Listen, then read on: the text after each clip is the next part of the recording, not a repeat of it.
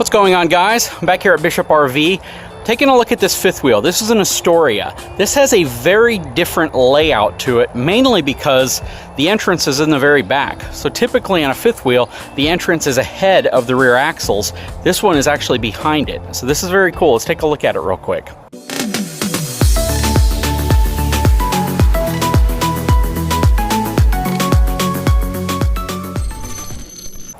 Now, I believe the interior of this is relatively traditional, except they've moved the door back more towards the little bunk area back here. This is the 3123 BHF, basically a bunkhouse unit. And this is really interesting because, again, typically the entrance is over there. But on this unit, they've pushed the kitchen more towards the front, and they've put the entrance here in the back near the bunk area. These bunks are huge. These are probably the equivalent of a full-size bed each.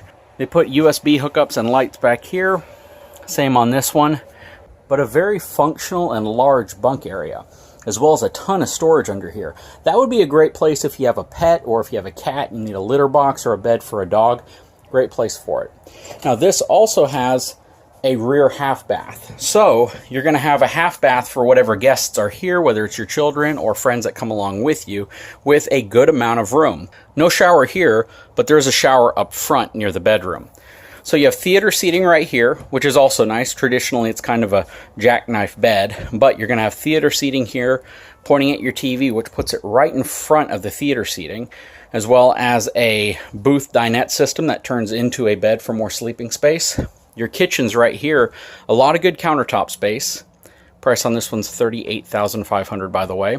There's a lot of height in here as well. Lots of cabinets. Not a lot of drawers, but there are a lot of cabinets. You have a couple drawers right here. You have a large sink assembly coming up the stairs into the main bathroom area. It is a stand-up shower. Looks like the ceiling height right here is going to be right at about 6'2". Lots of nice space in the bathroom. Porcelain toilet. Nice little pantry space in here.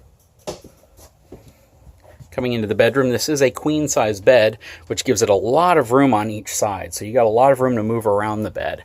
The actual wardrobe area is in the slide, so that's where your closet would be. It's a slide that comes off the side of the front of the overhang. But overall, it's a nice bedroom size.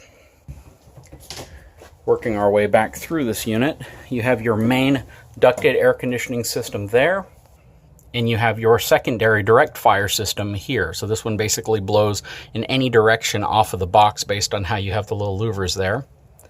And this air conditioning system in the living area is going to be controlled off of this thermostat down here.